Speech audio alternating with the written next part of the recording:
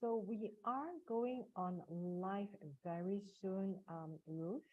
And when it comes on, yes, we are on live right now. Ladies and gentlemen, if you are scrolling through your handphone or the algorithm of Facebook has actually pushed this platform or this channel to you on your handphone, this is the Platinum platform, and I'm Vicky Esther Chang, and we are podcasting to you live from Singapore.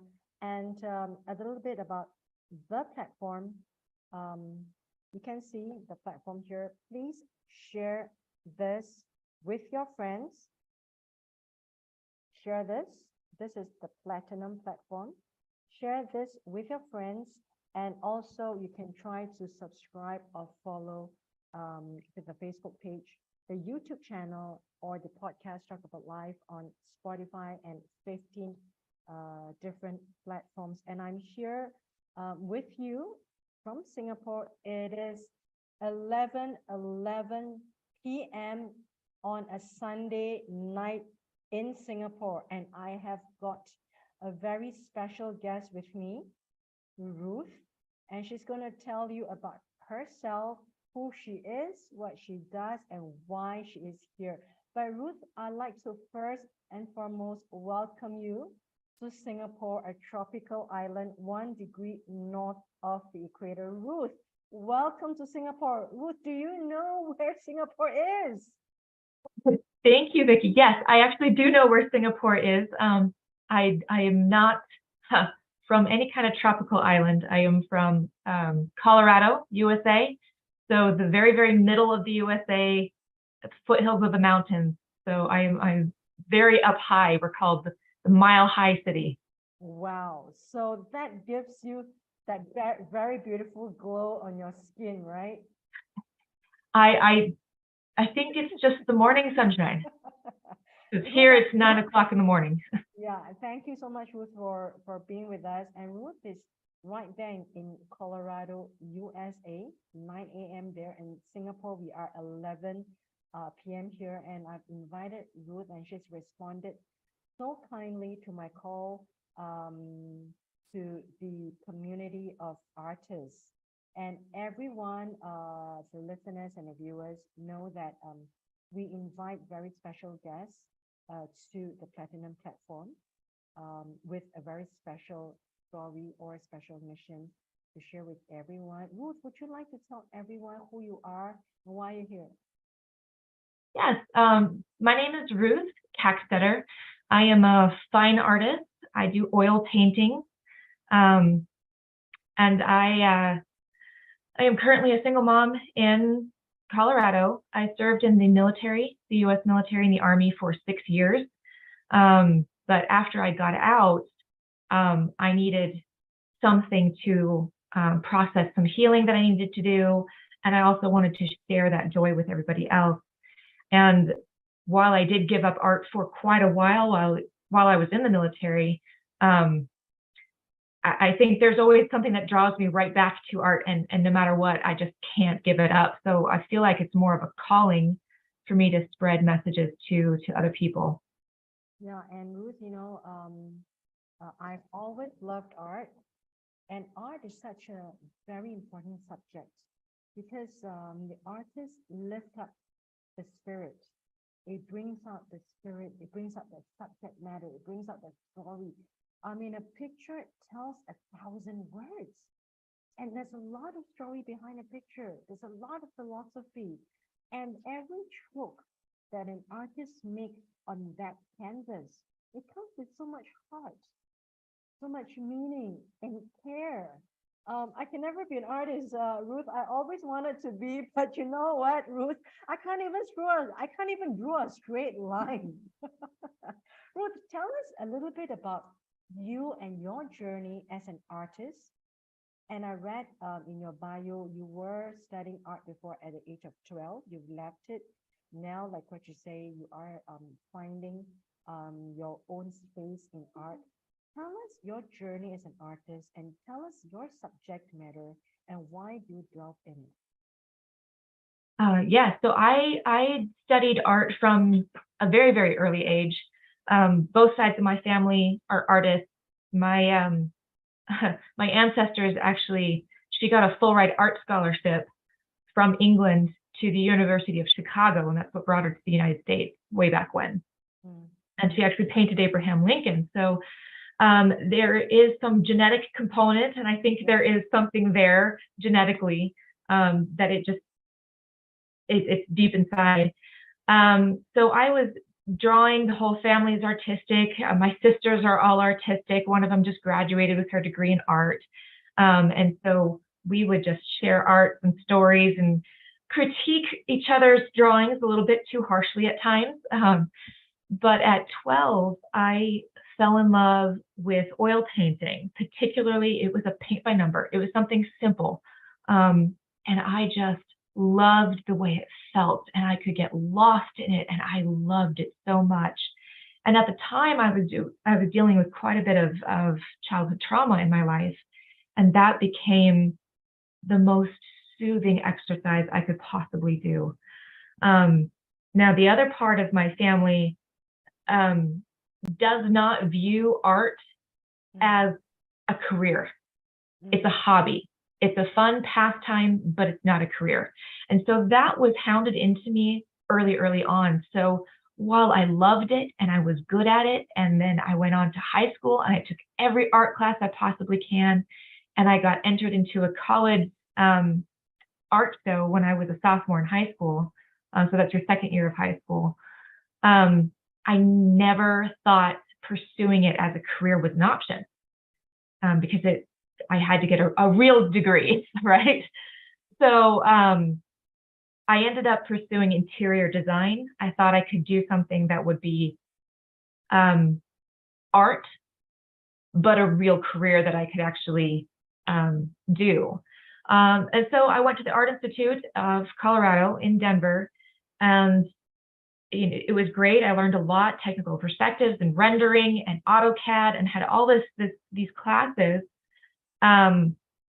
But then disaster struck in my life, and I ended up going through a divorce with an infant. And for those of you who don't know, in the United States, it only takes one person to file. So all you need is one person to say they want out, the judge pounds the gavel, and you're done. So it doesn't matter if you wanted to work on it, if you wanted to keep going, it's over. So I was still in the military at the time with an infant and going through a divorce. And I realized interior design career is nights and weekends. And that just isn't going to work for a single mom. So I've struggled to find something that would work with my schedule. And of course, during this time, I've completely given up art because it's impractical, and I had to be a mom. Yeah. I ended up getting remarried, and again went through another divorce with another infant. So I've got 2 kids, and I'm a single mom again. And I tried to pick up painting during that marriage. But I do recall, I mean, it was a very, very bad marriage, but I do recall trying to pick it up again, and I was surprised at how much I lost. So things that I used to be really good at, now I've regressed.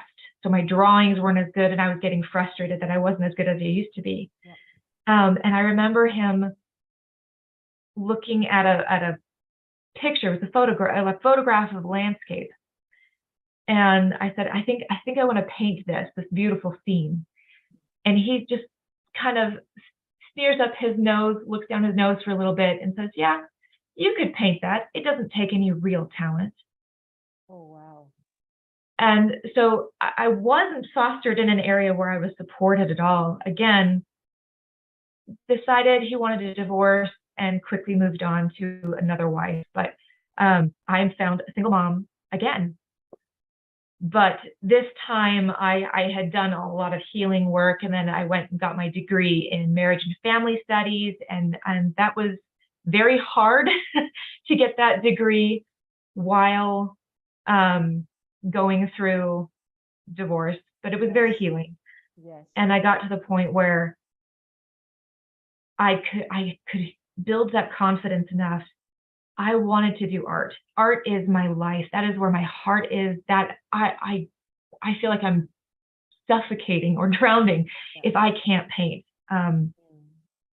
And so I threw myself into art again, heart and soul, and I started investing a little bit here and there in quality paintbrushes and products, and real quality paint makes all the difference. And I started practicing and getting feedback again from my sisters, and we are not nearly as harsh on each other anymore. We are more supportive.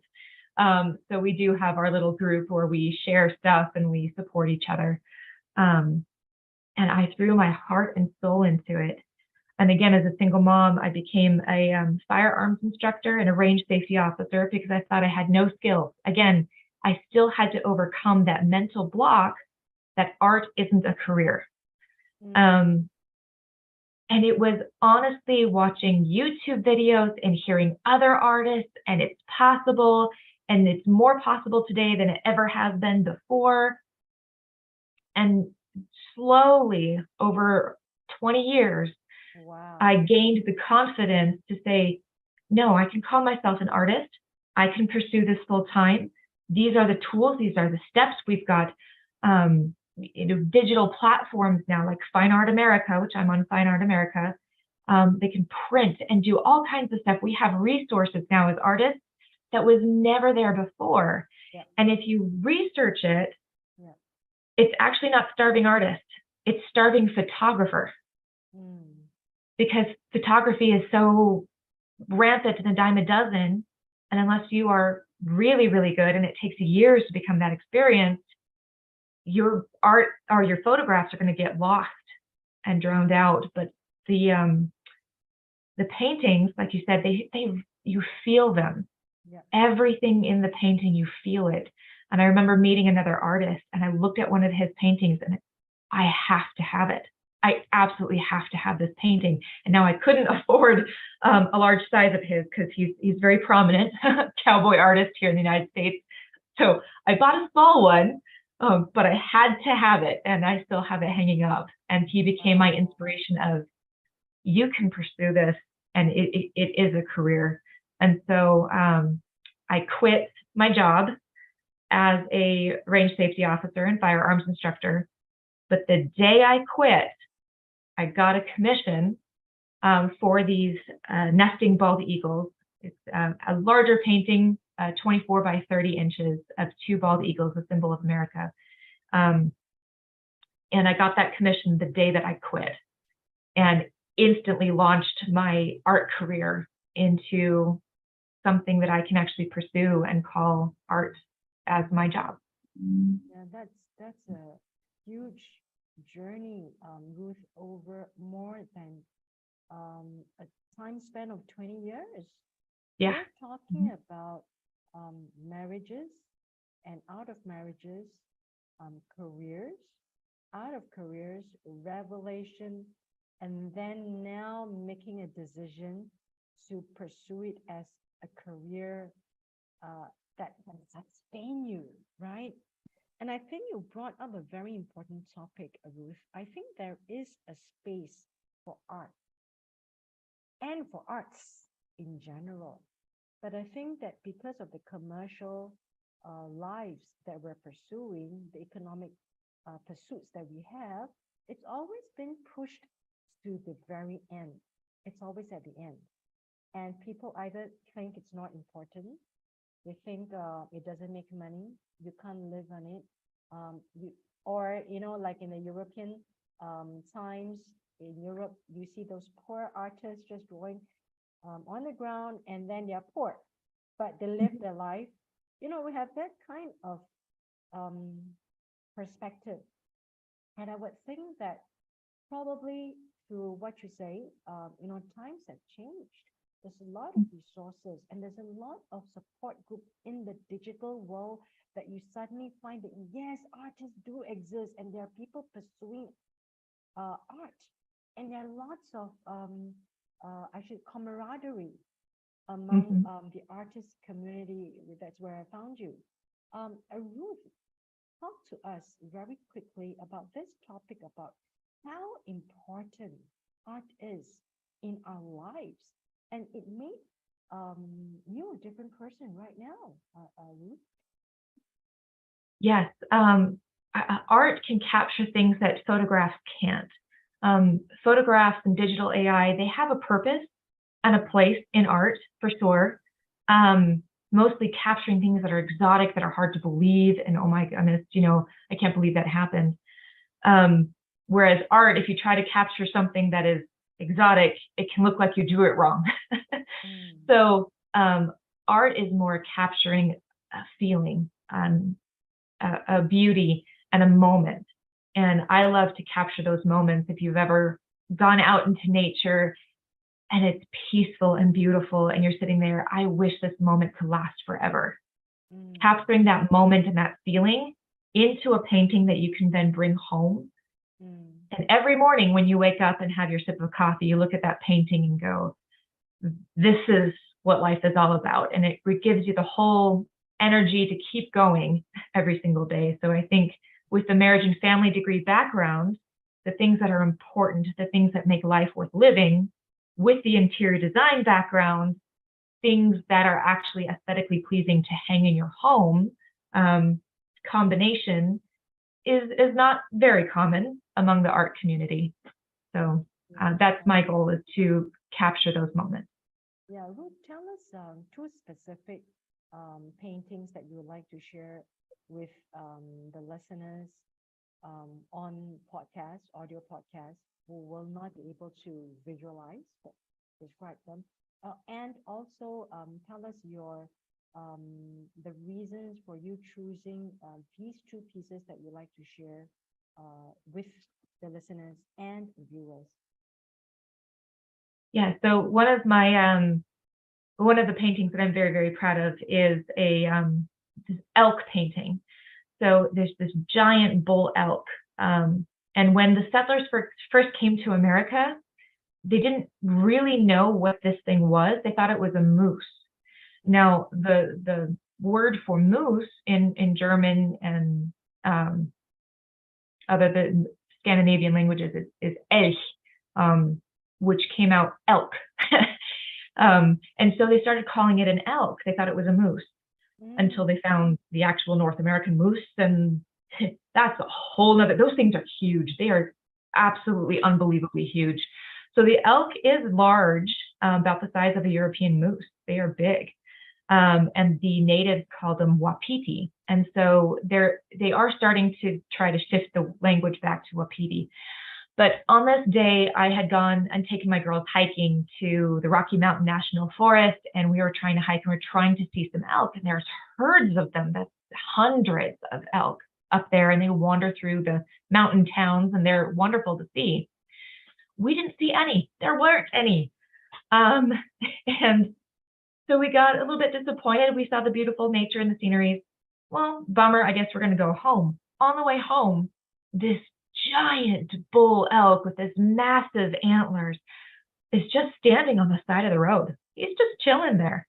So of course we pull over and we snap the photograph, because my little one, she was 6 at the time, and she screams, "Mom, there's Ferdinand," from the book Ferdinand the Bull, this very gentle bull. And so I took a picture. We were so excited that we got to see one. And so I came home and I wanted to capture that moment of this big, huge bull elk coming out of the brush, the trees in the middle of nowhere. And so when you look at the painting and you don't hear the story, you're just, wow, that is a big bull elk. But the triumphant victory feeling is also captured in that moment. And so I love that the painting has all put together and captured that beautiful, beautiful moment. Thank you so much for that description of your painting. What about the second painting that you would like to share with us? The second one, I actually haven't painted it yet. It's still just a drawing. So it's a pencil drawing. And it is of a woman. And yes, I use myself as a model because I'm available. I'm a resource, right? So that's another reason why artists draw ourselves so much, is because we're here. But if you ever offer to be a model for an artist, we will probably not decline you. So this is a beautiful lady in a black silk dress with a very low cut open back. So very fashionable. But the reason for the low cut open back is because the back is littered with scars. And she has just been recently stabbed in the back again. And the only piece of color in that drawing is the blood that's trickling down her back from being stabbed in the back. However, the catch is that her face is looking over her shoulder. It is calm, relaxed, confident, and smiling. And so the whole point was being stabbed in the back so many times, it doesn't hurt anymore. You can't hurt me anymore. I am so numb from all the scars. It doesn't matter. I've been through so much that if you think you can still hurt me, I'm used to it. I'm confident I will overcome it. Nice try. And you can't hurt me anymore. So that was the moment I thought was captured pretty well in this drawing. And I thought that's the start of painting. People will stop and look at it because it must encapsulate a story behind. While you described it, and now that I'm re-looking it again, yes, you're right, because the artist must tell the story behind it because it captures a context. Like what you say, there's scars behind. She's being stabbed again, but she's grown stronger. She's able to elevate herself and look back. And she's calm now. Is there some story behind, as an artist, that you would like to tell with this picture? With the picture, well, I was actually just recently dumped. And while it did hurt a little bit, I'm sitting there going, I've been through divorces where now I have to share custody of my children. I'm dropping them off, and I had to pin my child into a car seat as she's screaming, "Mommy, don't leave me. I'll be a good girl." And I am forced to follow a court order, and I had to pin her into her car seat. And that moment just tore my heart to shreds.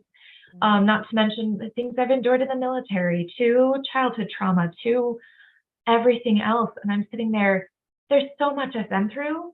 Yeah. If you don't want to be with me anymore, okay.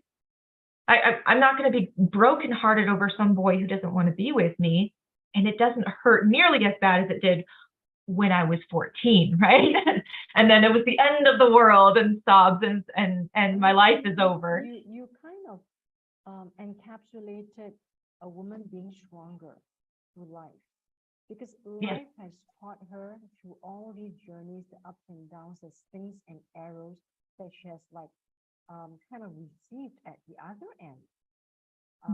And I think that is a very, very powerful painting, which you are going to complete. And that's why it's so important to hear the artist, why they're doing this, what's the story behind, what captured that moment, because everything is a build up to that moment that it encapsulates on a canvas. So I'm so glad that Ruth, you're able to share with us this, and I'm very sure beyond that canvas, that two-dimensional canvas, that whole history behind you. Is there anything else you want to tell us about your paintings? My paintings. So another just little tidbit about my paintings. I love color and I love detail. So I struggled to see visually all through middle school, and I wouldn't wear my glasses because I was afraid of being made fun of. At about 15, I finally got contacts, and I got contact lenses, and I put them in, and I looked around, and I'm going, oh my God, right? The world has detail and this is amazing. And I had no idea how little I could see. And ever since then, I'm obsessed with detail and all of the little leaves on the trees and everything. And I think for me, it is mesmerizing to see the Lord's creations in every single little detail and the beauty that goes with. And so for me, all the little detail is just confirmation of the Lord in your life. So I just get lost in the detail and I love it. And the same with color. I tend to see everything a little bit more vibrantly. And I try to add a lot of color and detail into the painting. But again, mostly I just try to capture those feelings. And I think what you're trying to convey is, you know, an artist like you need that level of sensitivity to the sound, to the sight, to something is detailed, and to the sensitivity of the emotion, right? Yes. Mm-hmm. And I, you know, you are just a great artist, Ruth, and, you know, we could go on and on. I've taken about 30 minutes of your time, but I hope I could bring you on again. Yes, especially absolutely. when you complete the painting of the woman. Is there a name to that? I haven't named it yet. And I'm thinking of the painting being a little bit more closer up of just stopping at her waist. So it's just a closer up of the back and her face, to zoom in on that aspect Wow. of it to really hit home. That one is going to be a very emotional one to paint. Yes. And so I will be blasting music and take crying breaks as I'm painting, literally. And it takes time to make that one. But yeah, that one's going to be a very powerful one when it's done. I think so. And I do want to bring you on again, Ruth, to really show the world and to give you your voice, your story, and being a woman in the 21st century. You know, a woman in the millennium. You're a single mom, you're taking care of your kids, you're taking care of your career, you're taking care of your income, you make sure you pay your bills, you make sure your house is in order, you make sure you are sane, you want to look well, you want to look good, you can't fall ill, right? You know what I'm trying to say? You can't fall I'm actually sick right now, but yeah, you have to gotta keep go on. going. You have to keep going. And I think we should tell that story, Ruth. I mean, it's such a powerful symbol. It kind of epitomizes a woman, you know. Yeah. And I really want you to share with us. Come back again, Ruth. Tell us that story, and I think it's going to be a great piece. And a great piece must be shown to the world, and its story must be told. You know how Mona Lisa exists? Yes. And I don't know her story actually. I don't know. Nobody knows. Either. Nobody knows Yeah. So, actually who you know, she is. Yeah. that's what makes the artist important, because the artist tell a story, and we want a living artist. Not, you know what I'm trying to say? Because Yes. the living artist will tell the story. So we have to bring you on, Ruth. Thank you so much. You know, this can go on. You really captivated me in your description about capturing the moment of the elk, right? And also the picture of this painting that you're going to complete. And I also hope that you can document your process, because you're going to put in music. You're going to go through that catharsis journey. Now, I think that is going to put it up on that pedestal. You never know, that people are just queuing up to look at it in the museum. Well, there's hope, right? Yeah. So, Ruth, another final minute over to you. What else you would like to tell us, the viewers and the listeners, your message for the day? I guess the overall message is not only don't give up, right? Pursue your dreams, but surround yourself with people who will support you. Don't listen to people who will constantly criticize and put you down and tell you can't do that. So believe in yourself and keep doing what drives you and what you love, and only pick those friends who will uplift you and support you in that. And I wish I had learned that lesson 20 years ago. Wow, that's going through a very testing times in the world right now. Things are changing so fast and just spinning out of control Yes. already. So, Ruth, love to have you on again. And you're such a miracle for a woman to have arrived at this stage. I just want to wish you all the love from Singapore. Oh, thank you, All Vicky. the moral support. I don't know what we can give here to you, but definitely from a woman to another woman, from one side of the world to you, all the positive energy and your hopes and your dreams to come true, and